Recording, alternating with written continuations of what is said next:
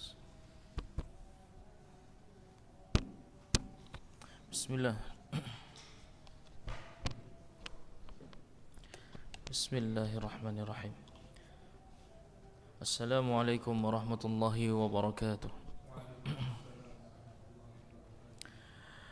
إن الحمد لله نحمده ونستعينه ونستغفره ونعوذ بالله من شرور أنفسنا وسيئات أعمالنا. من يهده الله فلا مضل له ومن يضلل فلا هادي له. وأشهد أن لا إله إلا الله وحده لا شريك له وأشهد أن محمدا عبده ورسوله صلى الله عليه وعلى آله وأصحابه ومن تبعهم بإحسان إلى يوم الدين وسلم تسليما كثيرا. أما بعد. Segala puji bagi Allah Tabaraka wa Ta'ala yang dengan limpahan nikmatnya, alhamdulillah pada malam hari ini kita bisa kembali berkumpul dalam majlis ilmu untuk mengenal fiqh Islami, syariat Allah Subhanahu wa Ta'ala yang halal, yang haram, yang boleh dilakukan dan yang tidak boleh dilakukan oleh pengikut Nabi Muhammad sallallahu alaihi wasallam. Dan semoga salawat dan salam selalu tercurahkan untuk baginda Nabi Muhammad sallallahu alaihi wasallam dan kepada seluruh keluarganya dan kepada seluruh sahabatnya dan yang mengikuti mereka di atas sunnah hingga hari akhir nanti. Ikhwati fillah, kemarin kita sudah sampai pada masalah takhir sahur, sudah selesai. Kemudian orang-orang yang menunda mengqadha Ramadan sampai masuk ke Ramadan berikutnya, maka ada dibedakan antara yang menunda mengqadha Ramadan sampai masuk ke Ramadan berikutnya, apakah menundanya karena ada uzur atau menunda dengan sengaja. Adapun menunda karena ada uzur, maka tidak ada yang wajib baginya kecuali hanya mengqadha saja, Adapun yang menunda sampai Ramadan berikutnya tapi menundanya karena bermalas-malasan, tidak ada uzur syar'i, maka selain mengqadha dia harus pula membayar fidyah, membayar kafarah untuk mengganti rasa malasnya, untuk membayar dan menebus kelalaiannya, sudah menyia-nyiakan waktu yang diberikan Allah Subhanahu wa taala untuk mengqadha puasa Ramadannya. Fa in fa'ala, kemarin kita sampai fa in fa'ala akharahu bila udhrin haruma alaihi. Yang pertama berdosa mengakhirkan puasa Ramadan, qadha puasa Ramadan sampai masuk ke Ramadan berikutnya tanpa ada uzur syar'i. Yang pertama haruma alaihi, haram hukumnya, ya, maka berdosa dengan sengaja menunda-nunda mengqadha puasa Ramadan sampai masuk ke Ramadan berikutnya dengan sengaja, tidak ada uzur syar'i, haram alaihi, haruma alaihi, maksudnya adalah berdosa. Fa alaihi ma'al qada'i it'amu miskin likulli yaum, maka selain qadanya tidak gugur meskipun masuk ke Ramadan berikutnya, dia juga terkena kewajiban membayar fidyah sebanyak jumlah hari yang dia tinggalkan. Likulli it'amu miskin likulli yaum, memberikan makan kepada orang miskin, memberi makan kepada orang miskin. Jadi bukan sembarang orang, harus diperhatikan bahwasanya yang diberi makan adalah orang-orang yang miskin. Apa itu miskin? Miskin itu orang yang hanya mampu memenuhi beberapa hajat hidupnya. Jadi seluruh hajat hidupnya belum bisa tercukupi. Adapun fakir yaitu orang yang tidak mendapatkan kebanyakan hajat hidupnya. Ya, perbedaan antara fakir dan miskin. Fakir itu kebanyakan hajat hidupnya tidak bisa dipenuhi selama hitungannya per tahun, Jadi tidak tepat orang yang tidak memiliki pekerjaan tetap, itu tidak tepat, ya. Karena beberapa orang tidak memiliki pekerjaan tetap, tapi sekalinya dapat kerjaan, ya masya Allah miliaran, ya. Jadi tidak tepat kalau diucapkan seperti itu. Kan tapi selama setahun hajat hidupnya apakah terpenuhi semuanya? Umumnya orang hidup jika terpenuhi semuanya maka tidak masuk kategori orang miskin dan fakir. Kalau hanya beberapa saja, ya banyak yang tidak bisa dipenuhi, maka dia orang fakir. Tapi kalau hanya beberapa saja yang tidak terpenuhi, berarti kebanyakannya terpenuhi, maka dia orang miskin. Mungkin praktek sederhananya bisa menggunakan patokan UMR di setiap daerah, ya. Karena orang miskin di suatu daerah belum tentu miskin, ya. Ditaruh di daerah yang lain belum tentu. Misalnya ART, ya, asisten rumah tangga, yang notabene biasanya dihitung sebagai orang-orang yang membutuhkan, ya, orang-orang yang membutuhkan.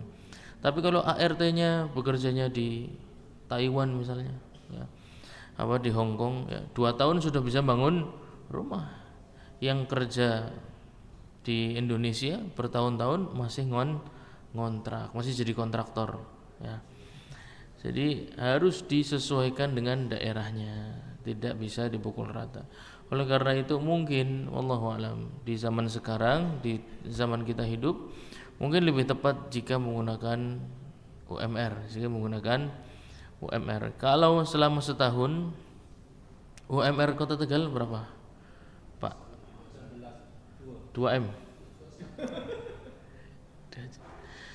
2 million, 2 juta, ya. 2 juta dikali 12 berarti setahun kira-kira ada 24 juta dianggap sudah mampu hidup di Kota Tegal, ya. Maka kalau penghasilannya dalam setahun kurang dari itu, ya, di bawah itu, maka sudah bisa digolongkan orang-orang yang miskin. Atau jauh di bawah itu, ya, jauh di bawah itu, maka dikategorikan orang fakir, orang fakir. Taib. Kalau dia 1 bulan penuh meninggalkan puasa Ramadan, jadi ada orang yang sengaja meninggalkan puasa Ramadan. Jadi kalau mau masuk bulan Ramadan dia safar. Ini banyak terjadi. Dia safar meninggalkan negerinya ke Eropa, kemana. Ini orang-orang yang menengah ke atas, ya, orang-orang menengah ke atas. Oh, alhamdulillah kalau umroh, ini malah safarnya ke Eropa, ke negeri-negeri yang notabene kebanyakan orang-orang kafir. Dia sengaja supaya tidak kena kewajiban puasa. Kalau kita malah pengennya umroh supaya puasanya di sana, ya. Ini yang muskilah itu kebanyakan itu, ya nggak banyak sih, cuma orang-orang yang punya harta berlebih tapi ketakwaannya sangat diragukan, itu safar justru nunggu di bulan puasa. Jadi kalau masuk bulan Ramadan dia tinggalkan negerinya, karena musafir itu wajib puasa Ramadan enggak? Tidak wajib. Dia sengaja supaya tidak kena kewajiban puasa Ramadan. Karena di negerinya itu puasa Ramadan seringkali terjadi ketika cuacanya panas, ya. Seringkali terjadi di musim panas. Jadi dia tidak mau puasa, kayaknya Ramadan kali ini musim panas, saya mau pergi aja lah. Dia 1 bulan di Eropa. Jadi tidak perlu kena kewajiban puasa Ramadan. Nanti gantinya nunggu musim dingin. Ya. Wallahu alam, kalau itu dilakukan dengan sengaja kemudian sampai masuk ke Ramadan berikutnya, selain qadanya tidak gugur, dia wajib membayar fidyah sebagai kafarah atas perbuatannya menunda-nunda mengqadha puasa Ramadan sampai masuk ke bulan Ramadan berikutnya. Berapa besaran fidyahnya? Seperti biasa, yaitu setengah sa'. 1 sa' itu untuk zakat fitrah. Zakat fitrah berapa kilo? Kalau di kilo berapa? 3 kilo. Itu 1 sa' itu kira-kira 3 kilo. Setengahnya berarti berapa? 1,5, kira-kira 1,5, sama seperti fidyahnya yang sudah kita bahas, wanita yang tidak puasa karena menyusui, ya, karena hamil dan lain sebagainya, tetap mengqadha jika mampu plus membayar fidyah.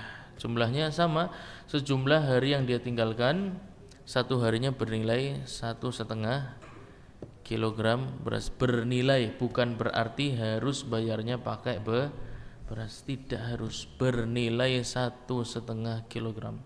Karena ini bukan zakat, ini bukan zakatul fitr, sehingga tidak disyaratkan harus beras, tidak disyaratkan harus beras. 1,5 kilo beras, umumnya beras mungkin di angka 10.000 ya, yang menengah ya, yang menengah. Maka 1 kali 1 hari dia wajib membayar, memberikan makanan, ya, memberikan makanan kepada orang miskin.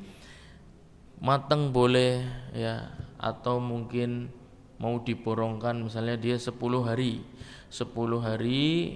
lupa karena sibuk, ya, lalai, kemudian sampai masuk Ramadan berikutnya, 10 dikali 15,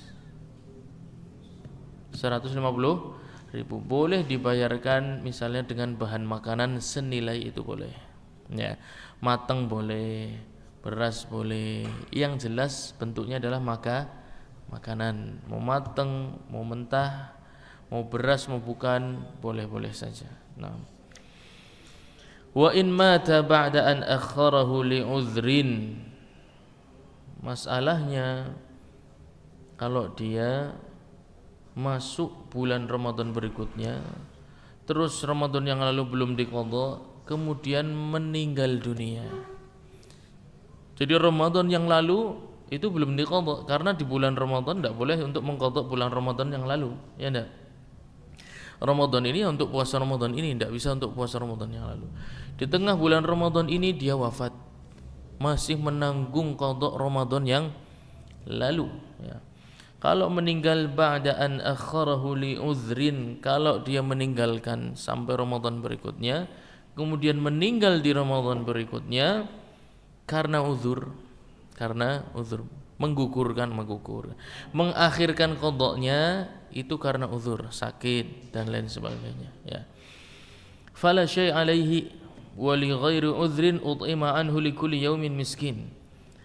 Ada 2 kondisi, ya, punya utang Ramadan sampai masuk Ramadan berikutnya, belum dibayar juga, belum diqadha juga, di Ramadan berikutnya meninggal, ya, tanggal 1 Ramadan berikutnya meninggal.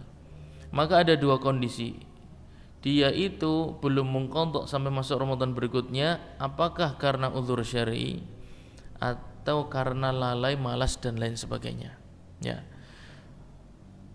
Sibuk ini bukan termasuk uzur syar'i, sibuk itu termasuk kelalaian, ya, kelalaian. Karena sesibuk-sibuknya seseorang harus mencontoh Ummul Mukminin Aisyah radhiyallahu anha, beliau mengakhirkan qadha Ramadan sampai di bulan Sya'ban, sampai akhir bulan sebelum Ramadan, karena sibuk. Jadi sibuk itu bukan alasan untuk tidak mengqadha sampai masuk ke Ramadan berikutnya, tidak bisa, ya. Yang dimungkinkan sakit, ya, dimungkinkan adalah sakit dan yang semisal. Kalau karena uzur syar'i dia meninggal di Ramadan berikutnya membawa hutang puasa Ramadan yang lalu, fala syai' alaihi, maka tidak ada kewajiban apapun baginya. Karena pada asalnya orang yang mengakhirkan qadha Ramadan sampai masuk Ramadan berikutnya karena uzur syar'i wajib bayar fidyah atau tidak? Tidak, ya. Tidak ada kewajiban fidyah, dan puasa yang wajib baginya gugur dengan kematian tersebut. Kenapa gugur? Nanti ada satu lagi mirip kasusnya tapi tidak gugur, sehingga keturunannya atau walinya itu wajib untuk tidak wajib, disunahkan untuk mengganti puasa orang kerabatnya yang meninggal tersebut. Jadi bolehkah seseorang mengganti puasa orang lain? Ada kondisi boleh dan tidak boleh. Ada kondisi boleh dan tidak boleh. Ini contoh yang puasa tidak bisa digantikan oleh orang lain, yaitu puasa Ramadan yang ditunda qadanya sampai Ramadan berikutnya kemudian meninggal, maka tidak bisa digantikan walaupun oleh anaknya. Misalnya orang tuanya, anaknya tahu orang tuanya ini punya tanggungan qada Ramadan sampai Ramadan berikutnya. Kemudian di Ramadan berikutnya qadarullah wafatkan Allah Subhanahu wa taala. Anaknya tahu, apakah anaknya menggantikan puasa orang tuanya? Tidak, ya. Tidak ada penggantian atau niyabah, tidak ada niyabah dalam permasalahan ibadah yang perintahnya itu karena bi asli syara', karena langsung dari Allah Subhanahu wa taala. Nanti ada satu yang mirip tapi beda, nanti insyaallah dengan itu bisa paham. Pada kasus yang tadi, ya, yang meninggal di Ramadan berikutnya masih punya tanggungan.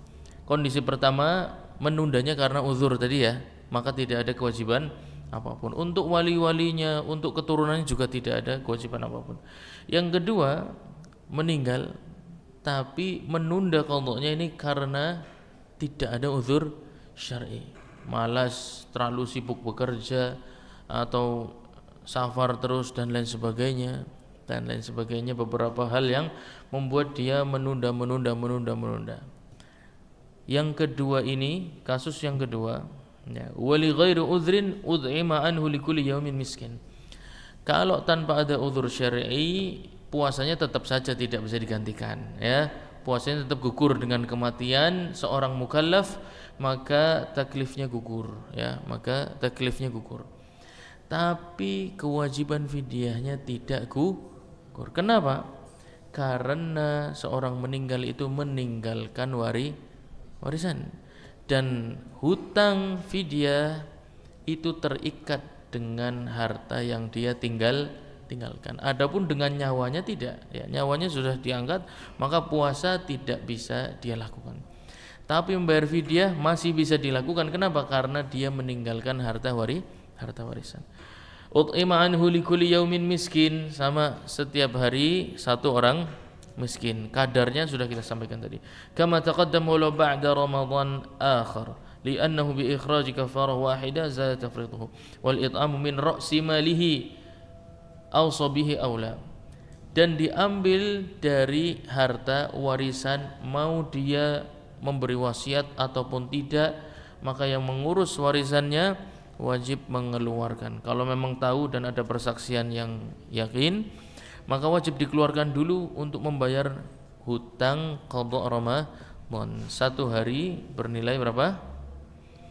Kira-kira setengah sa', ya, kira-kira setengah sa', 1,5 kilogram, atau makanan yang senilai dengan itu. Dikeluarkan dari harta warisannya, mengizinkan ataupun tidak mayitnya, wong hutang maka harus dibayar, dan hutangnya berkaitan dengan harta warisan. Tayyib. Wa in mata wa alaihi shaumu kaffarah ut'ima anhu ka shaumi mut'ah wa la yughda anhu ma wajaba bi asli syar'i min salatin wa shaum. Nah, ini kaidahnya. Ibadah yang perintahnya itu berasal langsung dari dalil syar'i, dari Quran, dari sunnah, ya, dan beberapa dalil syar'i yang lain. Ibadah yang perintahnya langsung dari dalil-dalil syar'i, maka tidak ada niyabah di dalamnya, tidak ada digantikan, tidak ada proses kalau meninggal diganti oleh penerusnya, tidak ada. Tapi yang kedua, mirip sama puasa tapi diganti bisa oleh walinya atau anak keturunannya. Wa in mata wa alaihi shaumu nadhrin. Nah, ya, kalau dia meninggal tapi meninggalkan hutang puasa apa? Puasa nazar. Wajib. Puasa Ramadan wajib enggak? Wajib. Nazar ibadah wajib ditunaikan enggak? Wajib. Sama-sama wajib. Kalau yang wajib pertama tidak bisa digantikan oleh anak keturunannya maupun wali. Kenapa? Karena perintahnya langsung dari dalil syar'i, Quran, Sunnah, min asli syara', ya. Wajib bi asli syara'. Kewajibannya itu karena langsung perintah dari Allah Subhanahu wa taala. Sedangkan puasa nazar pada asalnya dia wajib puasa enggak? Tapi dia sendiri yang bikin itu menjadi wajib. Yang seperti ini bagaikan dihitung hutang. Maka kalau meninggal kemudian meninggalkan hutang puasa nazar, ya Allah, saya bernazar kalau suami saya promosi ya jadi wali kota Tegal, saya mau puasa 1 bulan penuh ya. Begitu masuk bulan tersebut meninggal ya, belum sempat puasa. Suaminya tahu istrinya nazar ya, karena sungguh-sungguh istrinya ingin betul-betul mensukseskan suaminya menjadi wali kota Tegal, tim ses ya, jadi tim sesnya. Ternyata meninggal, maka suaminya atau anak-anaknya disyariatkan ustuhibba li waliyihi qada'uhu. Kita sampaikan tadi disunahkan ya, tidak wajib tidak, tapi dianjurkan untuk mengqadanya. Au hajjin nadhrin au i'tikafi nadhrin au salati nadhrin ustuhibba li waliyihi qada'uhu. I'tikaf pada asalnya hukumnya tidak wajib, tapi bisa menjadi wajib ketika dia melakukan apa tadi? Nazar, bersumpah, berjanji kepada Allah Subhanahu wa taala. Janji adalah hutang, harus ditunaikan. Kalau yang punya hutang mati, yang namanya hutang berarti para ahli warisnya membayar hutang yang sudah meninggal belum? Iya enggak? Kan seperti itu. Sama ibadah pun bisa menjadi hutang ketika dilakukan dengan cara proses apa tadi? Nazar, dilakukan dengan proses nazar. Au i'tikaf, dia janji kalau suami saya 2024 sukses menjadi presiden RI, saya mau iktikaf di Masjidil Haram selama 1 bulan penuh. Ternyata datang waktu bulan yang dia janjikan, dia meninggal. Suaminya tahu, anak-anaknya tahu, maka dianjurkan ustuhibba li waliyihi qada'uhu. Disunahkan bagi ahli warisnya, wali-walinya untuk mengqadha ibadah ya. Jadi puasa bisa dilakukan oleh orang lain dengan syarat tadi sudah mati ya, pelakunya sudah mati dalam kasus ini. 5 fi sahihaini, dalilnya ada di as-sahihain Bukhari dan Muslim. Anna imra'atan ja'at ila Nabi sallallahu alaihi wasallam, suatu hari ada seorang wanita mendatangi Nabi Muhammad sallallahu alaihi wasallam. Faqalat inna ummi matat wa 'alaiha shaumu nadhrin. Ya, sesungguhnya ibuku wafat wa 'alaiha shaumu nadhrin. Afa asumu anha, dan dia meninggal dalam kondisi belum sempat menunaikan janji nazar puasanya. Ya. Afa asumu anha, apakah aku menggantikan puasa ibuku? Qala na'am, dijawab oleh Nabi sallallahu alaihi wasallam, ya, kamu menggantikan puasa ibumu. Akan tapi hukumnya, kata para ulama, hukumnya tidak wajib tapi sunnah, dianjurkan. Karena yang berjanji ini perempuan ini atau ibunya? Ibunya. Perempuan ini pada asalnya tidak terkena kewajiban nazar sama sekali. Tapi namanya hutang, kalau bisa dibayar. ولأن النيابة تدخل في العبادة بحسب خفتها وهو أخف حكما من الواجب بأصل الشرعي والولي هو الوارث. Dan wali dalam masalah ini adalah ahli warisnya, suaminya, anak-anaknya, orang tuanya ya, kakak adiknya. Fa in sama ghairuhu jaza mutlaqan li'annahu tabarru'un. Tapi kalau dilakukan oleh selain ahli warisnya, temannya ya, wali-wali, teman yang menyaksikan orang ini bernazar dulu adalah temannya.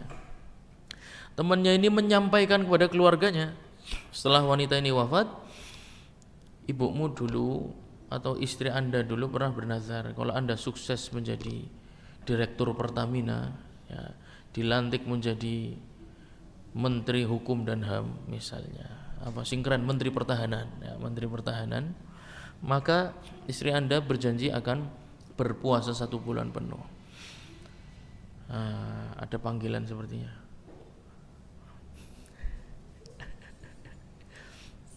Baik. Tapi keluarganya disampaikan begitu, seperti pura-pura tidak mendengar apa-apa. ya, atau hanya roaming saja, nging, ya, hanya nging saja, karena disuruh ibadah wis enak-enak, ya, bulan Syawal malah kon puasa maning, bulan Ramadan sudah berlalu, ya, keluarganya tidak ada yang mau mengqadha puasa si mayit ini. Maka temannya tadi kalau ingin dia inisiatif, saya yang ganti aja wis, maka dibolehkan, li'annahu tabarru, persis seperti orang punya hutang kemudian ahli warisnya tidak mau bayar, maka orang lain yang bayar boleh, ya, boleh-boleh saja, yang membayarkan orang lain boleh, karena itu hutang kepada manusia, hutang kepada Allah Subhanahu wa taala, haqqu bil wafa, lebih utama untuk ditunaikan. Fayaf'aluhu al-wali aw yadfa'u ila man yaf'aluhu. Kalau wali-walinya atau ahli warisnya tidak mau melakukannya, maka boleh untuk mengeluarkan dari harta warisan, atau mereka inisiatif sendiri bayar orang untuk puasa, menggantikan nazar puasa si mayit.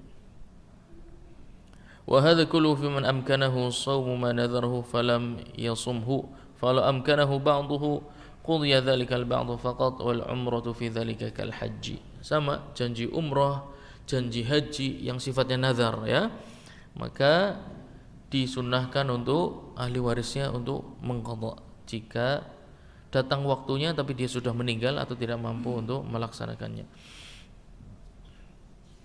Nah, berikutnya babun atau babu shaumi tatawwu', bab puasa-puasa sunnah.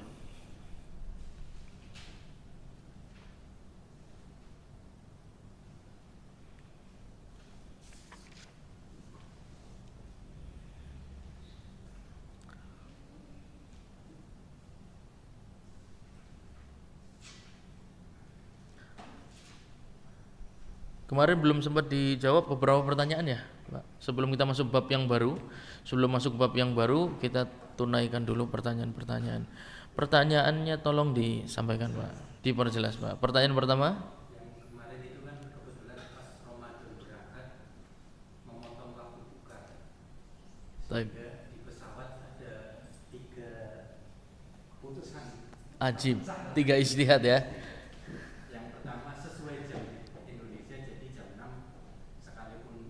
Posisi pesawat di mana?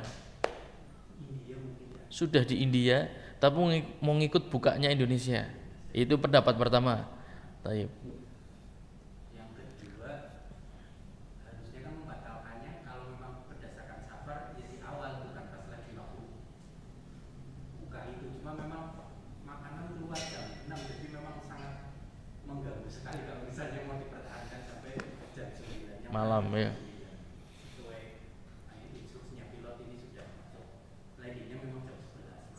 Oh, landing jam 11 malam, jam 9 malam disuruh buka puasa.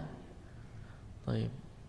Pertanyaan pertama, istilahnya kan tadi Ustaz sudah memberi kisi-kisi harusnya lebih utama afdol mana ketika Ramadan sekalipun safar. Kemudian yang kedua, masalah membuka dengan runtuh atau yang terakhir air, itu sebetulnya hanya untuk membatalkan nabi atau itu makanan utamanya. Baik.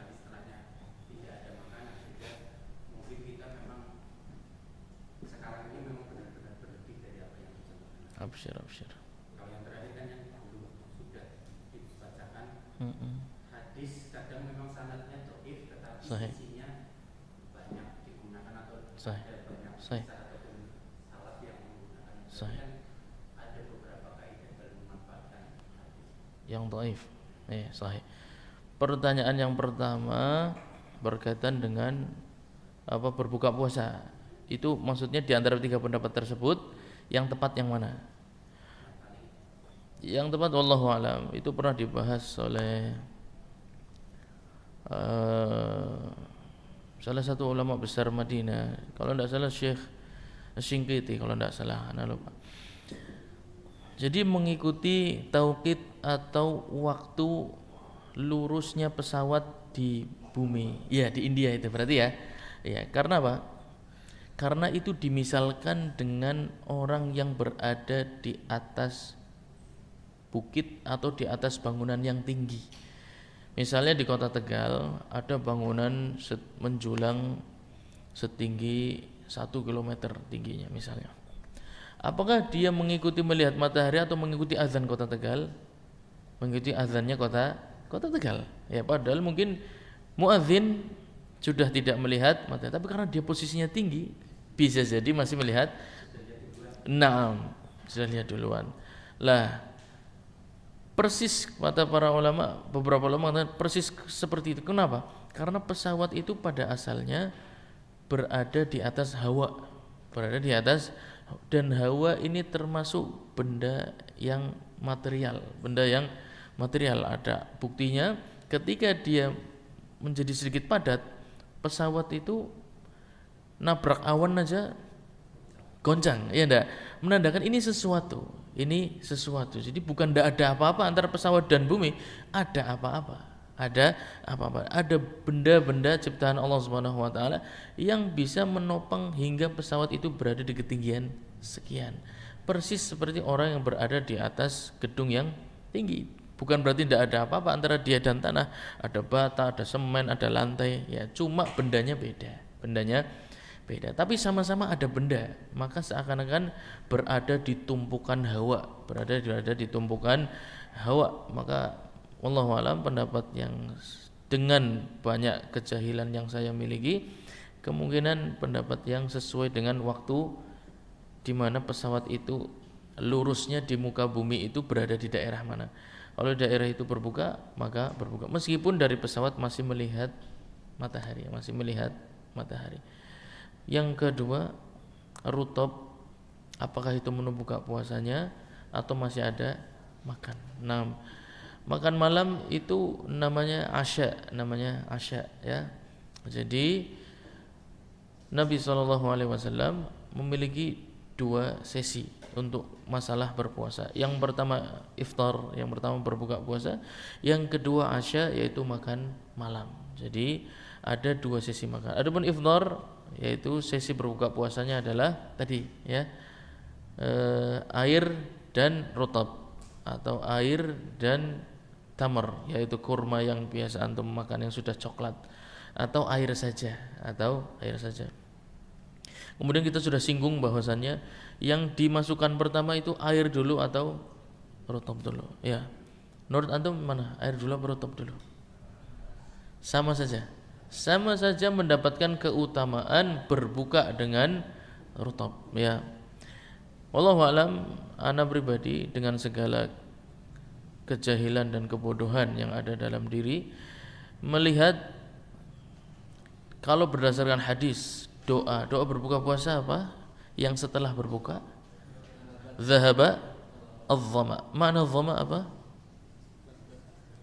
Haus, dahaga. Ketika berbuka puasa antum makan kurma atau makan rutab, itu hausnya hilang apa tambah haus? Tambah haus ya. Lalu antum makan kurma kemudian mengatakan dhahabadh dhama wabtalatir uruq, ya, ini apa, urat-urat telah basah, apa harus minum air dulu? Wallahu alam, saya memilih ya dengan banyak kekurangan yang ada, dengan ilmu yang sedikit, buka adalah dengan air, berbuka dengan air. Kenapa? Karena dengan itu tepat membaca doa dhahabadh dhama wabtalatil uruq wa wajaba aw thabatal ajru insyaallah. Ya, hadis yang sahih dan masyhur di kalangan para ulama. Tepat meminum air kemudian mengatakan rasa dahaga telah hilang dan urat-urat telah basah, itu dengan air. Wallahu alam. Adapun ketika tidak ada, maka cukup dengan air kemudian bersegera menunaikan salatul maghrib. Jadi ada 2 sesi makan ya, ada 2 sesi makan. Taib. Yang ketiga? Isinya sahih tapi sanad. Taib. Salah satu beberapa penunjang hadis dhaif bisa dijadikan hujjah ya, beberapa penunjang hadis dhaif bisa dijadikan hujjah. Yang pertama ya banyak sih faktornya, itu banyak ya, faktornya banyak. Tapi beberapa ulama menyebutkan salah satunya hadisnya dhaif secara sanad tapi maknanya sesuai dengan ayat Quran atau dengan hadis lain yang sanadnya sahih. Maka hadis dhaif tersebut menjadi maknanya bisa diamalkan. Diamalkan. Membuktikannya yaitu dengan perbuatan para sahabat. Ya, karena para sahabat dalam beramal ibadah itu tidak ngarang ya. Mereka menggunakan dalil dari Quran dan Sunnah. Begitu juga para tabi'in. Maka disimpulkan kemungkinan pula hadis dhaif bisa dijadikan hujjah adalah dilakukan oleh para salafus saleh dari golongan sahabat, dari golongan tabi'in, dari golongan atba' tabi'in. Termasuk permasalahan tersebut saya beri contoh satu adalah hadis tentang azan di telinga bayi yang baru dilahirkan.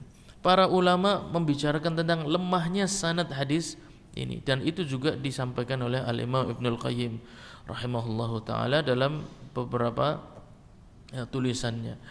Beliau menyampaikan hadis ini memiliki kritik dari para ulama ahli hadis, sanadnya lemah, tapi alaihi amal, tapi itu adalah perbuatan para ulama salaf dari golongan sahabat, tabi'in, atba' tabi'in dan seterusnya. Maka beliau mengatakan disunnahkan, padahal beliau sendiri ikut melemahkan hadisnya.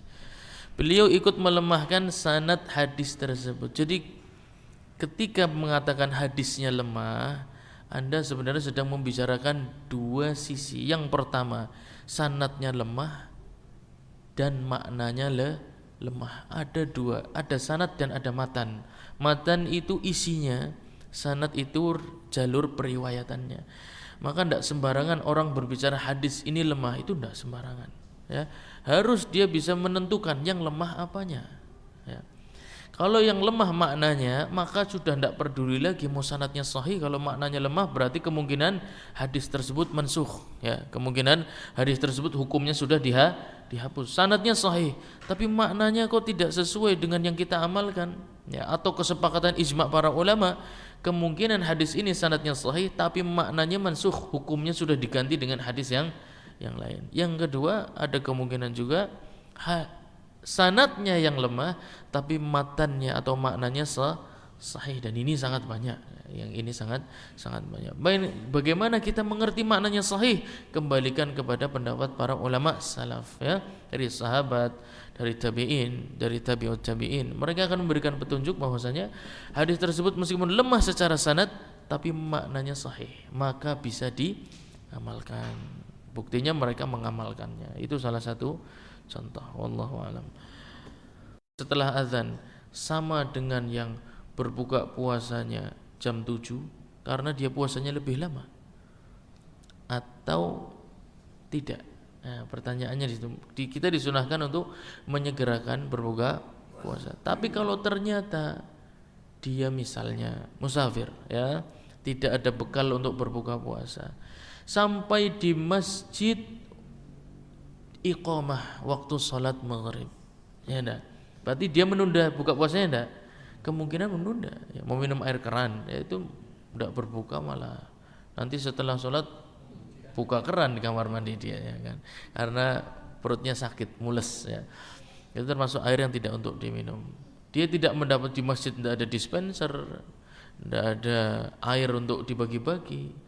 Adanya bekas orang berbuka puasa, tidak ada, dia cari-cari juga tidak ada air.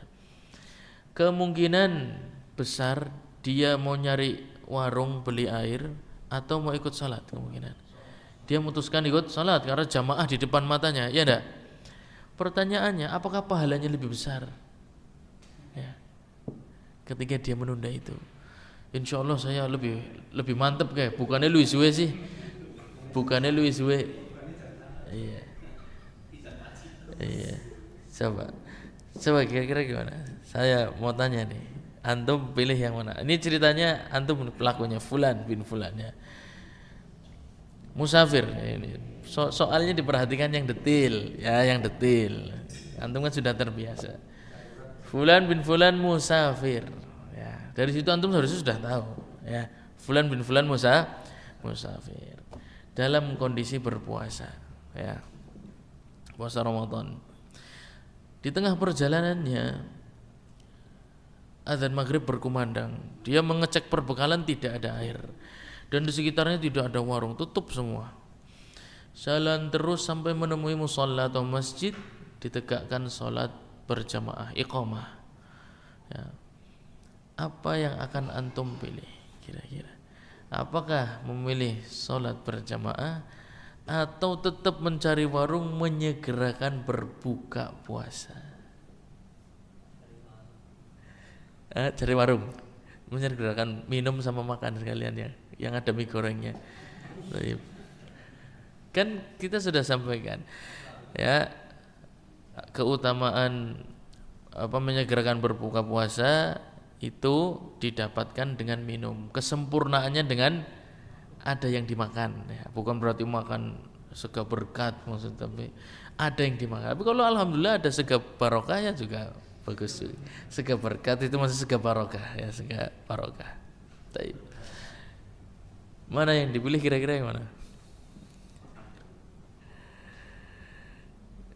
Yakin, engko ditahdir. Ke waya salat ora salat padahal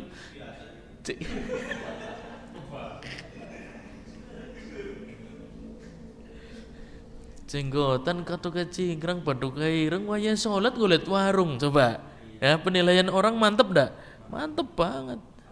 Ada ketemu ikhwan lagi pulang dari masjid, lihat antum ndak di musola malah di warung. Kira-kira gimana? Ya, alhamdulillah ketemunya ikhwan bukan ketemu akhwatnya. Baik, siapa yang memilih ikut sholat berjamaah? Coba angkat tangan. Gak ada, bahaya ini. Bahaya. Gak bahaya tah. Kemudian yang memilih tetap cari warung? Gak ada juga. Cari warung, Masya Allah. Pendukung. Baik, ya itu tadi antum tahu soalnya jelas ya, spesifik ya. Musafir pada asalnya boleh menjamak salat, boleh mengqashar salat, boleh menjamak salat, tidak wajib berjamaah. Dan salatnya masih bisa ditunaikan, tapi menyegerakan berbuka puasa ini waktu yang tidak bisa diulangi. Ya enggak, waktunya cuma satu kali. Antum waktu menyegerakan berpuasa itu tidak bisa ditunda. Kalau salat antum masih bisa ditunda 10 menit, 15 menit, 20 menit. Apalagi musafir waktunya sampai isya, maghrib dan isyanya jadi satu waktu. Ya, maka disitulah beberapa orang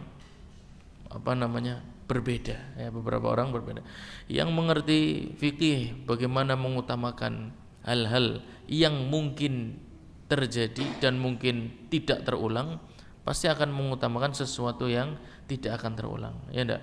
Berbuka puasa di waktu sesegera mungkin ini sesuatu yang tidak terulang nanti, semakin malam sudah kelewatan. Tapi adapun waktu salat maghrib bagi musafir ya bahkan bisa dijamak dengan isya sehingga tidak ada masalah. Wallahu alam. Tapi nanti kalau kena tahdzir yang sabar ya. Tapi karena sudah biasa ya alhamdulillah. Baik, lalu pahalanya bagaimana? Ya, pahalanya bagaimana? Yang puasanya lebih lama dari teman-temannya ya. Lebih lama karena uzur. Kalau karena tidak ada uzur tak kayaknya ndak mungkin. Nyong pan sengajalah bukannya engko kayaknya belum ada. Tentu yang karena uzur ya. Di Jakarta ya ndak macet, Bundaran HI, wah, Masya Allah, di mobil ndak ada air ya.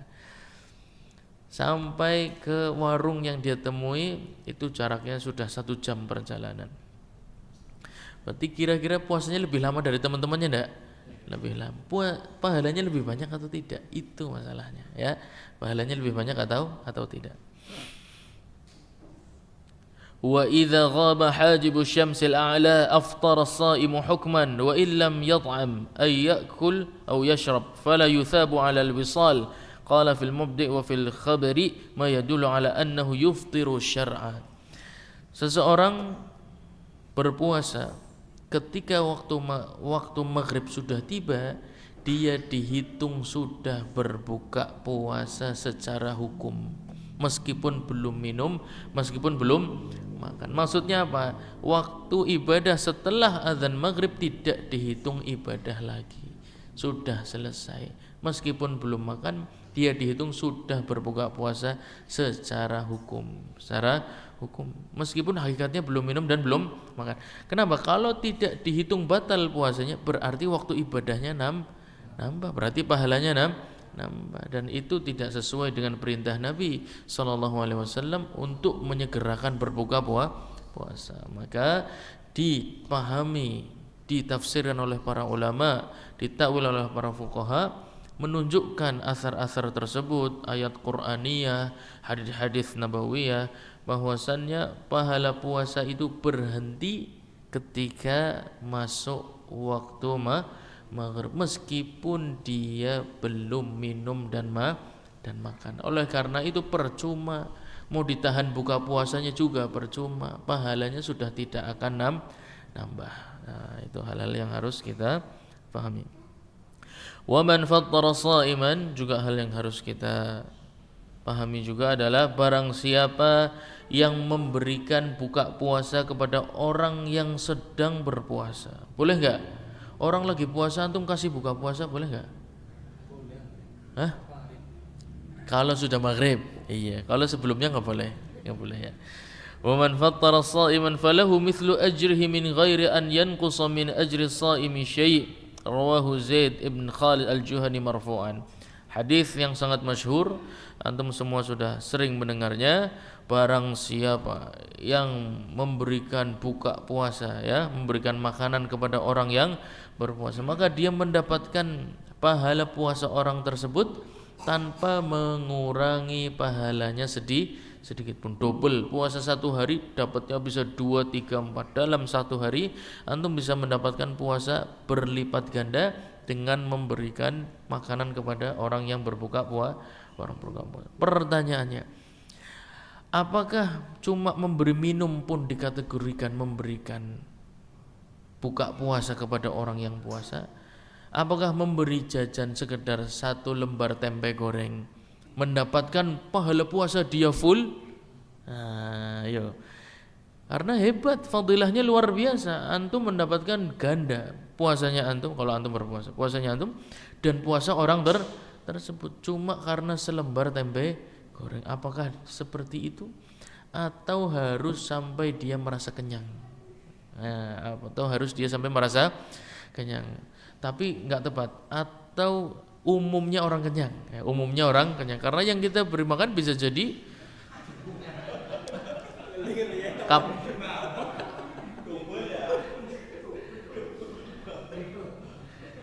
bisa jadi kapasitasnya kayak toren itu ya. Water. Umumnya ya, memberi umumnya orang kenyang, atau apapun yang kita berikan meskipun cuma yang penting buka tuli aku gelas siji, tempe goreng selembar, yang penting buka tuli. Apakah yang begini sama dengan yang orang monggo mampir dikasih berkat, jus alpukat, rutop, tamer, banyu aqua rong gelas, ya, rong botol, coba kenyang enggak kira-kira? Masa sama sih fadilahnya? Itu loh maksudnya, ya enggak?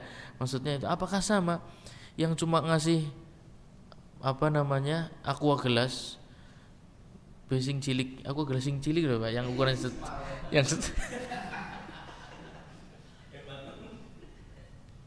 yang setengah sama tempe goreng selembar, apa sama yang tadi? Jus alpukat, aqua botol 2, rutop, tamer, sega berkat, ya. Apakah sama? Sega berkatnya jerone macam-macam. Ya, apa Pak menunya Pak?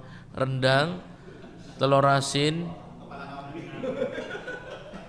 orang nyadak, bungkusnya orang nyadak. Apakah sama? Nah, itu juga permasalahan yang disebutkan oleh para ulama. Qala fil furu', ya, di dalam kitab Al-Furu' Ibnu Muflih rahimahullah taala, wa zahiruhu ay kalamihim ayu syai'in kana. Ya. Zahirnya hadis tersebut menunjukkan bahwasannya apapun yang diberikan untuk seorang berbuka puasa, maka itu cukup untuk mendapatkan pahala sebesar puasanya orang tersebut. Nah, kama huwa zahirul khabar wa kadza rawahu Ibnu Khuzaimah min hadits Salman Al-Farisi, ya. Dan di hadis Salman Al-Farisi zahirnya seperti itu, ya. wa dzakara fihi thawaban 'aziman in ashba'ahu. Wa qala Syekh al-murad bi tafdhirihi ishba'uhu. Ya. Di dalam hadis Salman Al-Farisi berkaitan dengan hal ini disebutkan bahwasanya pahala besar bagi yang memberikan makanan kepada orang berbuka puasa sampai umumnya orang merasa kenyang. Ya. Wa qala Syekh Taqiyuddin Ibnu Taimiyah rahimahullah taala al-muradu bi tafdhirihi isba'uhu. Yang dimaksud dalam hadis ini seseorang mendapatkan pahala puasanya dan pahala puasa orang yang diberikan makanan untuk berbuka puasa, syaratnya adalah memberikan kadar makanan yang mengenyangkan. Menurut siapa? Menurut yang ngasih apa yang menurut yang dikasih? Yang ngasih kebetulan badannya minimalis, ya. Biasanya dia makan ponggol 2000 udah kenyang, ya. Yang dikasih walhamdulillah maksimal, ya. Maksimalis, yang ngasih minimalis, yang dikasih maksimalis. Kira-kira mengenyangkannya ini ukurannya siapa? Ukurannya yang ngasih apa ukurannya yang dikasih? Hah? Ukurannya dikasih. Nanti kalau yang dikasih beda lagi gimana? Ukuran umumnya orang merasa kenyang karena orang beda-beda. Kalau orang berbeda-beda, kaidahnya beda-beda semua, tidak akan terbentuk sebuah kaidah. Ya enggak. Oleh karena itu urf di sini menentukan. Urf atau umumnya kondisi menentukan. Umumnya makan segitu buat orang di kampung sini cukup, tapi beberapa tidak cukup, beberapa merasa kelebihan. Itu bukan patokan, ya. Orang-orang yang di luar umumnya bukan patokan. Yang menjadi patokan adalah umumnya orang. Kalau bisa merasa kenyang maka sudah cukup. Dan itu adalah syarat terpenuhi pahala untuk mendapatkan pahala senilai dengan puasa orang yang kita berikan makanan. Maka bagi yang kegiatannya bagi-bagi takjil, bagi-bagi iftar shaimin, usahakan maksimal dalam khidmah kepada mereka karena kita mengincar pahala sebesar pahala puasanya dia, ya. Apalagi puasanya betul-betul karena keimanan dan ketakwaan. Siapa yang sangka ternyata puasanya dia jauh lebih berkualitas daripada puasanya kita. Maka kita anggap ini sebagai sebuah tujuan, sebagai sebuah cita-cita. Sajikan makanan yang terbaik yang umumnya orang merasa senang, merasa kenyang untuk memakannya, sehingga pahalanya bisa kita dapatkan. Tayyib.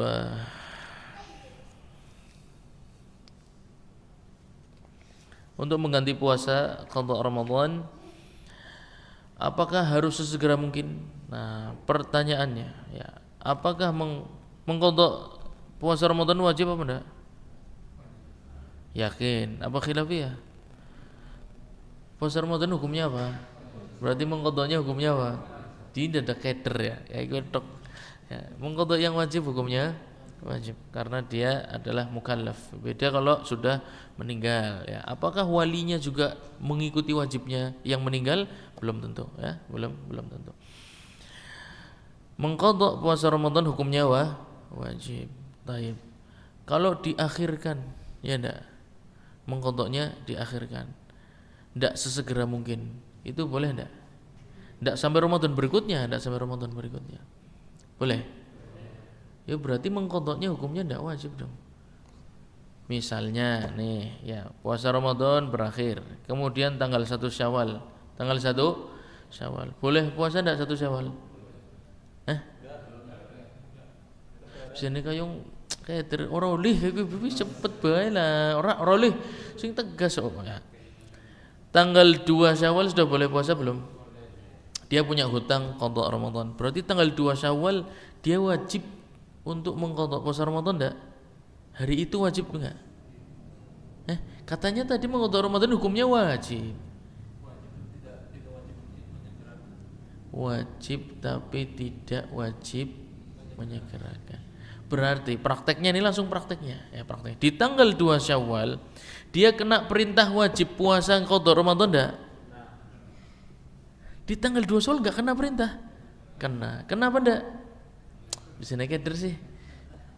Mengqadha puasa Ramadan hukumnya tanggal 1 Syawal saya mengqadha, boleh enggak?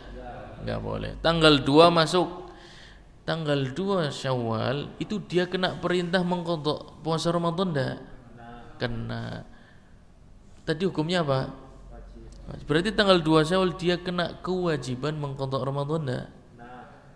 Tidak lebih. Ya berarti tidak wajib hukumnya ngerti kowe.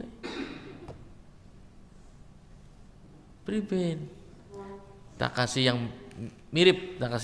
Ini masalah usuliyah sebenarnya. Ya, masalah usuliyah. Belajar usul fikih itu menyenangkan sebenarnya, menyenangkan. Tapi ya harus bertahap tentu saja. Salat 5 waktu. Ya, kita pakai salat 5 waktu. Salat zuhur hukumnya wajib enggak?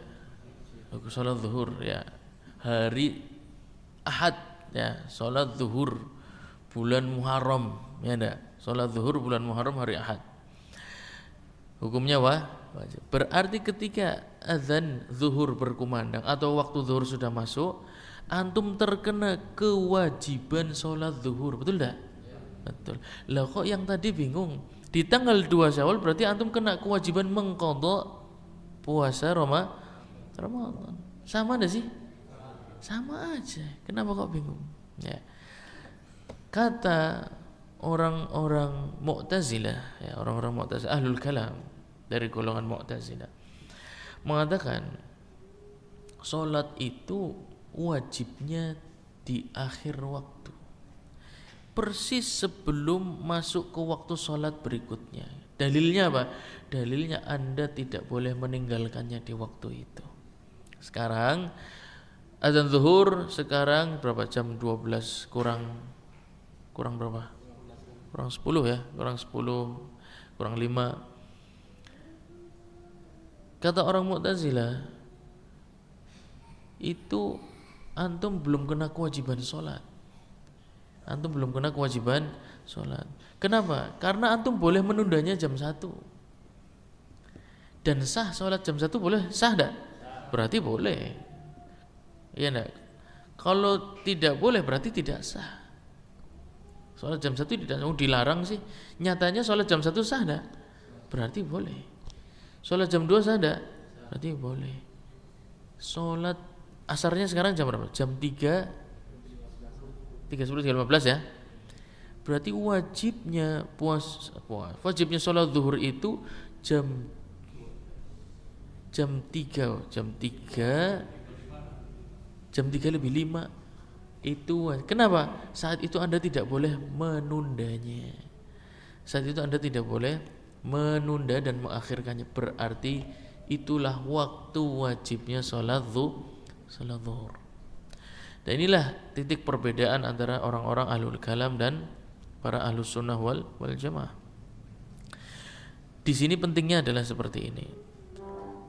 Para ulama ahlus sunnah wal jamaah sepakat sholat zuhur diwajibkan sejak waktu awal masuk waktu sholat zuhur, yaitu setelah matahari tergelincir atau gampangnya azan zuhur ya.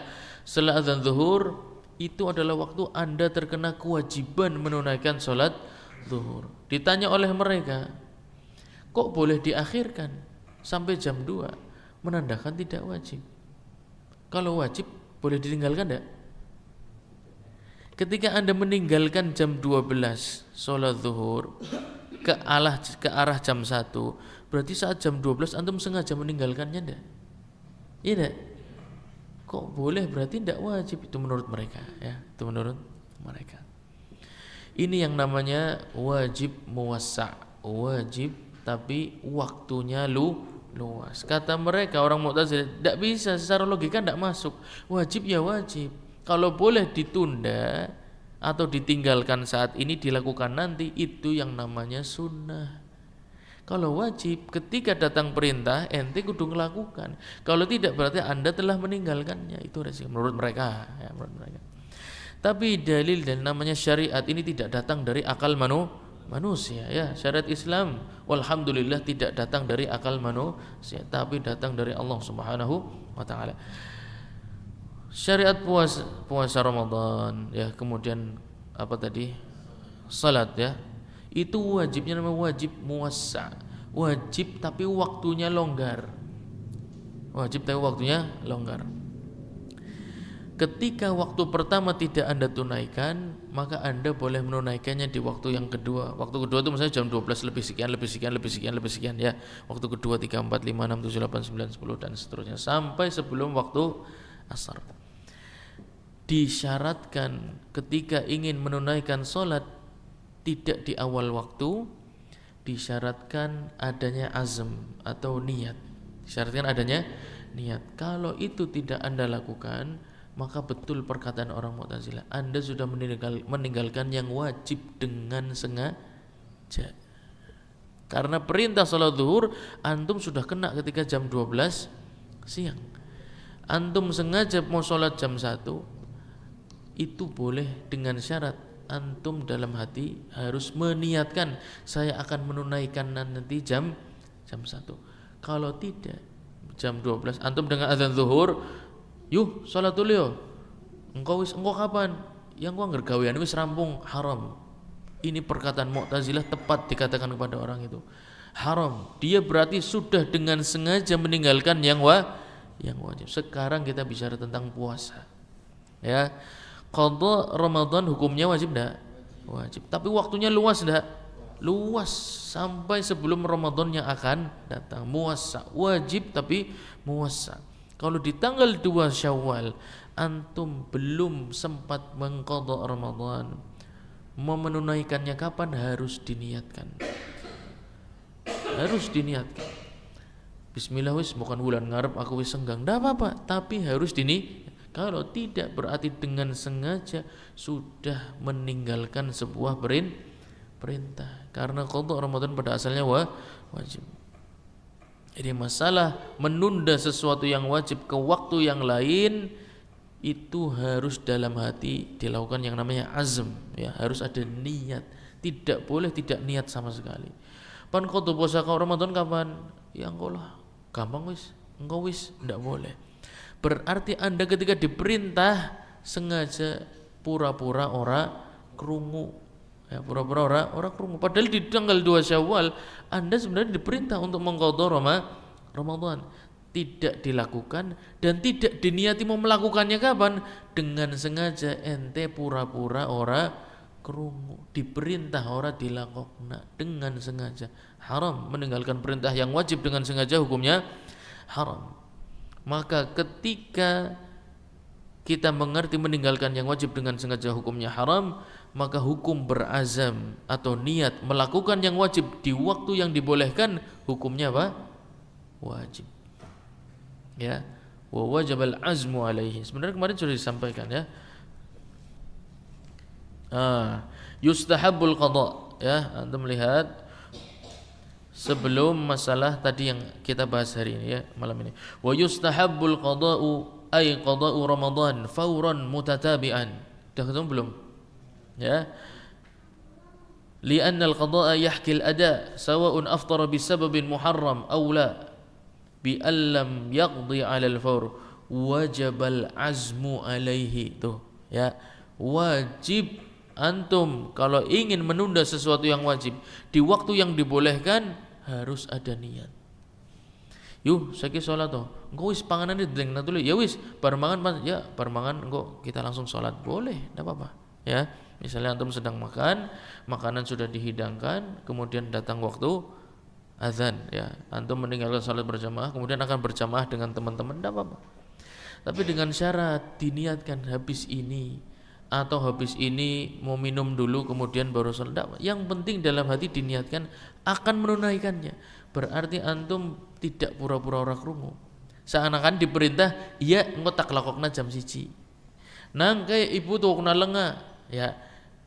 Sing kalau contoh yang pertama sing apa namanya melakukannya engko wis kapan ya?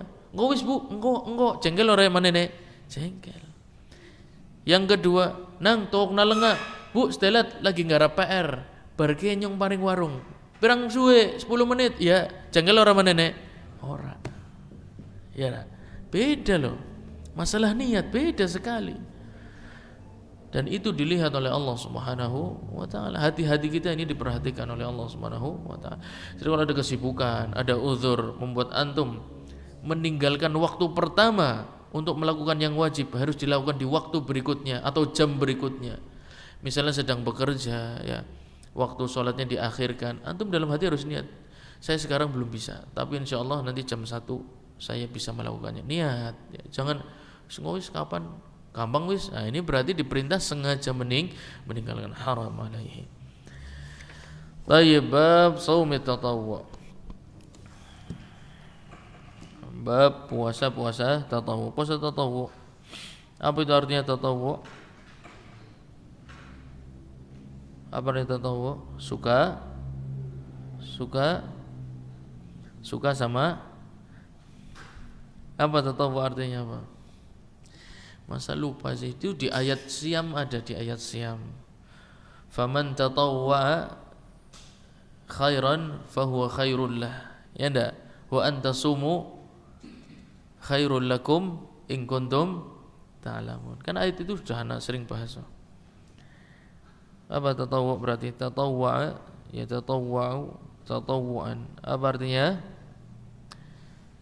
Di ayat itu tadi berarti puasa Ramadan waktu itu hukumnya apa? Hukumnya apa? Sunnah. Berarti tatawwu apa artinya? Tatawwu artinya sukarela. Ya, bukan karena kewajiban, tapi antum sukarela. Atau sederhananya hukumnya sunnah atau mustahab ya, tidak wajib. Jadi puasa-puasa, bab puasa sunnah atau puasa sukarela atau puasa yang dianjurkan dalam syariat Islam. Nah, sebentar, Hasyiyah Ar-Rawdul Murbi'.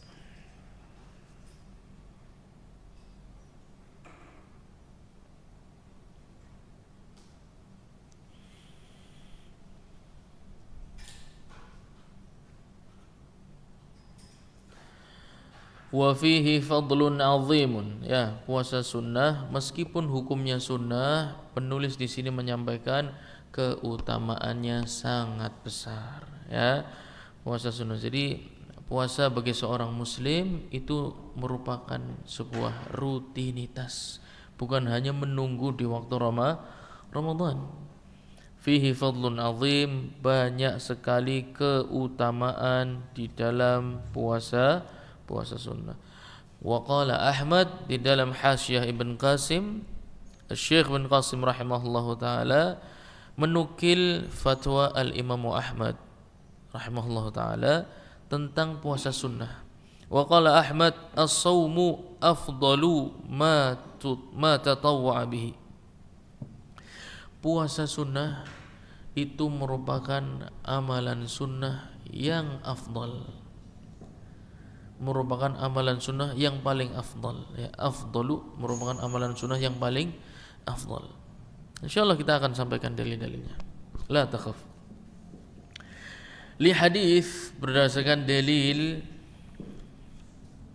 yang diriwayatkan oleh Imam Muslim dari sahabat Abi Hurairah radhiyallahu anhu. Qala an-nabiy sallallahu alaihi wasallam kullu amal ibni Adam lahu al-hasanatu bi'ashri amthaliha illa 700 dha'fin fayaqulu Allah ta'ala illa as-sawma fa innahu li wa ana ajzi bih wa hadhihi al-idafa litashrif wa ta'zim. Ya. Nabi SAW mengabarkan seluruh amalan Ibnu Adam itu adalah akan kembali kepada mereka sendiri. Jadi tidak ada ibadah yang tidak ada efeknya dalam kehidupan kita. Syekh Ibnu Taimiyah rahimahullahu taala pernah menyampaikan, dinukil oleh Al-Imam Ibnu Qayyim dalam beberapa karyanya, bahwasannya mungkin kita atau jangan kita, beberapa orang itu malas beribadah. Karena apa? Karena ganjarannya ora katon. Ya enggak? Lebih suka mengejar sesuatu yang terlihat, kerja dapat duit, ya enggak? Jalan-jalan ke mall, belanja apa, ke Gucci, hawane atis.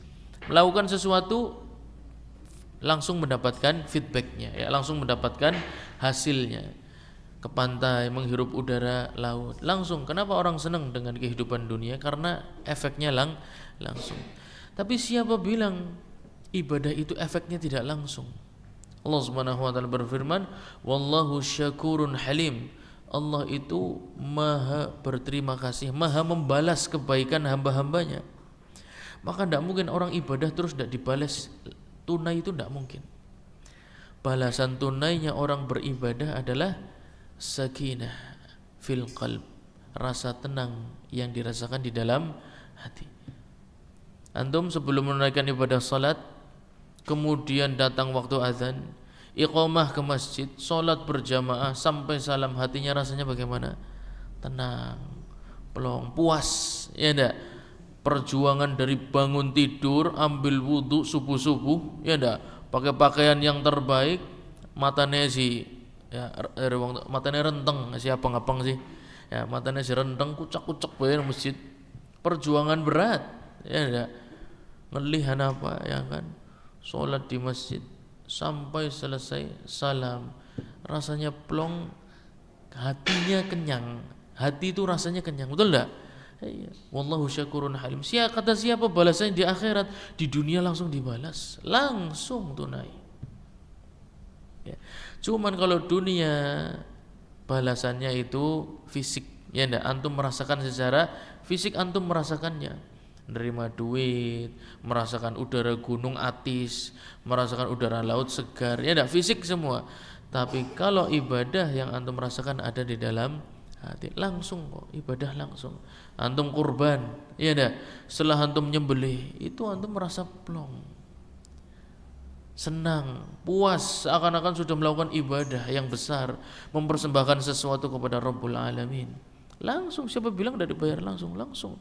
Puasa yang paling jelas, ya enggak, setelah waktu buka puasa langsung minum, ya enggak, teh panas cap Mang Harto, ya enggak, gluk gluk gluk, wis ces ces ces ces ces ces, ya enggak, rasanya segar, tenggorokan basah, perutnya kenyang, hatinya puas, pol, ya enggak, orang buka puasa itu pol, semuanya dapat. Hatinya senang, hatinya puas, perutnya pun sama, tenggorokannya, pikirannya ya sehari-hari kan ya kenceng terus oh. Nah ngelih sih ya kenceng, melaku be meyek miring barang disuguhi di waktu buka puasa langsung, ya ndak, jalannya tegap, rasa syukurnya muncul, ya ndak, rasa bahagia, semangat, bahkan lebih bersemangat dibandingkan malam-malam yang lain. Allahu alam, kalau anda pribadi merasa begitu. Malam kalau puasa itu lebih semangat dibandingkan malam kalau siangnya tidak berpuasa. Wallahu alam, itu dapat dari mana juga anda tahu. Jadi Allah Subhanahu wa taala itu tidak mengatakan bahwasanya ibadah itu ganjarannya nanti di akhirat. Siapa bilang? Langsung tunai. Betapa banyak orang yang hidup sederhana, rumahnya pas-pasan, cuma warisan orang tua, motornya juga ya 70 sekarang mahal ya Pak. HP-nya juga HP sing lawas-lawas apa? Ya 3310 ya 3310. Saya kira larang juga, barang-barang kuno saya kira larang-larang ya. Kelambine ya paling gamisnya siji loro tok. Tapi berapa banyak orang begitu, antum ketemu selalu tersenyum. Banyak enggak? Banyak sekali. Karena apa? Hatinya kenyang. Siapa bilang Allah tidak balas di dunia? Langsung balas, diberikan rasa puas di dalam hati, rasa bahagia, rasa qanaah. Cukup ki kabeh, aku wis cukup, aku seneng. Yang mana orang yang punya uang banyak belum tentu merasakan qanaah seperti dia. Belum tentu. Turune angel, padahal kasur 20 juta. Aku pun ngerti anak kasur gane 20 juta. Aku pun ngerti gue. Ajib nemen kasur 20 juta kayak. Ya suka duitnya ditumpuk bae turun dhuwure bae wis ya. Ana maning. Dia ana sing tuku ngono lho. Ana sing tuku. Kasur 20 juta. Ya ndak. Rumah nilai bangunannya tok sudah ndak pakai ratus jut sudah. Pakainya sudah M. Bangunannya tok, ya ndak. Mobilnya sudah jelas ya, sudah nggak pakai yang 300 juta, apalagi pakai yang cicilan DP 10% udah nggak pakai begitu. Cash, ya sesama gitu. Kok ya nyatanya turune angel. Ya ndak. Salatnya susah. Punya anak ya Allah dikongkon sekolah jaluke balik terus atau minggat sisan. Ya. Atau punya istri juga nggak mau menutup aurat, sukanya jalan-jalan ya, sukanya sosialita dan lain sebagainya. Tambah banyak orang sederhana nang omah ndone kaosnya cuma siji, yaitu kaos oblong, tidak ada yang lain ya. Cuma ada kaos dalem dong. Maning-maning kaos daleman, maning-maning kaos daleman. Anaknya ya Allah, anak sing dadi muallim, anak sing dadi dokter, anak yang jadi insinyur, ya ndak? Bapaknya sederhana, tapi uripe puas. Betapa banyak orang yang seperti itu kita saksikan. Menunjukkan Allah Subhanahu wa taala membalas ibadah-ibadah kita cash, tunai, langsung. Rampung salam, langsung merasakan efek salat. Minum air ketika berbuka puasa, langsung merasakan efek puasa. Nikmat di dalam hati, betul enggak? Ya, oleh karena itu kita rindu bulan Ramadan. Qiyamul lail, tanginya abot, betul tanginya susah. Begitu selesai menunaikan qiyamul lail, rasanya seperti apa? Luar biasa, ringan, kayaknya pengen bengi maning, cepet-cepet bengi. Ya, karena merasakan nikmatnya munajat, nikmatnya doa, nikmatnya baca Quran, qiyamul lail, wong krungu, wong pada turu, aku bernikmat-nikmat berdua dengan Allah Subhanahu wa taala. Cash kok siapa bilang dibalas di akhirat? Langsung, ya. Oleh karena itu, kullu amal ibni Adam lahu al-hasanatu bi asyri amsalihha. Ya. Semua amalan ibnu Adam itu akan kembali kepada mereka. Ini janji Allah Subhanahu wa taala. Apapun ibadah yang antum lakukan, talabul ilmi, mengerti makna hadis, mengerti makna ayat Quran, itu rasanya puas, rasanya senang. Mengerti hukum, oh ini halal, oh ini haram, oh makruh, sunnah, yang boleh ini yang enggak boleh, rasanya puas. Langsung dibayar Allah Subhanahu wa taala di dunia. Al-hasanatu bi asyri amsalihha. Standarnya, standar balasan pahala di akhirat nanti, satu amalan saleh dibalas 10 kali lipat. Ila 700 dhifin, sampai 700 kali lipat. Fayaqulu Allah taala illa shaum, kecuali satu ibadah yang namanya puasa. Fa innahu li wa ana ajzi bihi, aku sendiri yang ngukur balasan ibadah tersebut, ya. Oleh karena itu Imam Ahmad tidak heran berfatwa afdalu ma tatawwa'a bihi as-shaum. Ibadah sunnah yang paling afdal itu puasa. Karena apa? Allah sendiri yang mengatakan tabaraka wa taala, pahalanya saya yang ngukur, bukan kalian. Ya.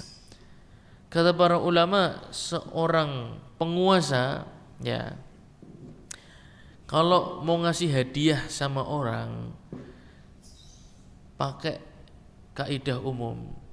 Pak, tadi ada orang ini habis bersih-bersih, ya sudah, kasih, biasanya berapa? Biasanya sekian, kasih sekian. Tapi kalau penguasa tersebut ngomong, kengko bayarannya melunyong, saya yang akan bayar sendiri, kira-kira panengen akeh nemen boleh? Akeh luar biasa dan istimewa. Oleh karena itu katakan penulis, hadhil idhafah litasyrif wa ta'zim. Ketika Allah Subhanahu wa taala mengatakan saya yang akan membalasnya, itu menunjukkan tingginya kemuliaan ibadah puasa sunnah, apalagi yang wajib. Apalagi yang wajib, menunjukkan besarnya ibadah tersebut, mulianya ibadah tersebut, sampai Allah Subhanahu wa taala sendiri yang akan mengukur balasannya, sebanyak apa, sebesar apa, seagung apa balasannya, Allah sendiri yang akan mengukur. Malaikat tidak perlu tahu ukurannya, ya. Kalian semua tidak perlu tahu, karena ini adalah pahala yang sangat besar. Fa innahu ahabbul ibadati ilaihi, maka berdasarkan hadis tersebut Al-Imam Syekh Ibnul Qasim rahimahullahu ta'ala mengatakan, maka puasa termasuk salah satu ibadah yang paling dicintai Allah Subhanahu wa ta'ala. Tidak heran oleh karena itu puasa Ramadan termasuk salah satu dari rukun Islam. Cirine wong muslim, menunjukkan itu ibadah yang sangat dicintai Allah Subhanahu wa ta'ala. Wala yanhasiru tad'ifuhu, lipat ganda pahalanya langka ukurane. Ya. Wa minas sabri wa sabru thawabuhu al jannah, ajib, ya. Satu aja antum ngukurnya, Bagaimana sih kok pahala puasa itu langka ukurannya? Karena di dalam puasa ada satu ibadah yang pasti dilakukan orang yang berpuasa, mesti. Kalau puasanya benar, pasti dia melakukan ibadah ini, yaitu ibadah sabar. Yang namanya puasa itu sabar menahan apa? Minum, sabar menahan makan, sabar menahan syahwat, sabar menahan lisan. Sabarnya banyak orang puasa itu. Pengennya jengkel, sabar menahan emosi. Orang berpuasa pasti ibadah sabar, pasti sudah, itu lazim. Allah Subhanahu wa taala berfirman, "Innama yuwaffas sabiruna ajrahum bighairi hisab." Orang sabar itu balasannya langka hitungane. Oleh karena itu, berpuasa yang mana di dalamnya intinya adalah melatih kesabaran pun mengambil makna ayat tersebut, pahalanya pun tidak ada hitungannya. Malaikat tidak tahu hitungannya berapa, yang tahu hanya Allah Subhanahu wa taala. Baik, insyaallah kita lanjutkan di pertemuan yang akan datang ya. Kita masuk ke bab baru ini. Semoga Allah Subhanahu wa taala mudahkan kita bertemu di pekan yang akan datang untuk membahas tentang puasa-puasa sunnah yang disyariatkan bagi umat Nabi Muhammad sallallahu alaihi wasallam. Baik, ada pertanyaan sebelum ditutup mungkin? Kalau tidak ada, bisa ditulis yang memiliki pertanyaan, nanti kita seperti tadi ya bahas di pertemuan yang akan datang. Kita cukupkan majelis kita. Subhanakallahumma wa bihamdik, asyhadu an la ilaha illa anta, astaghfiruka wa atubu ilaik. Assalamualaikum warahmatullahi wabarakatuh.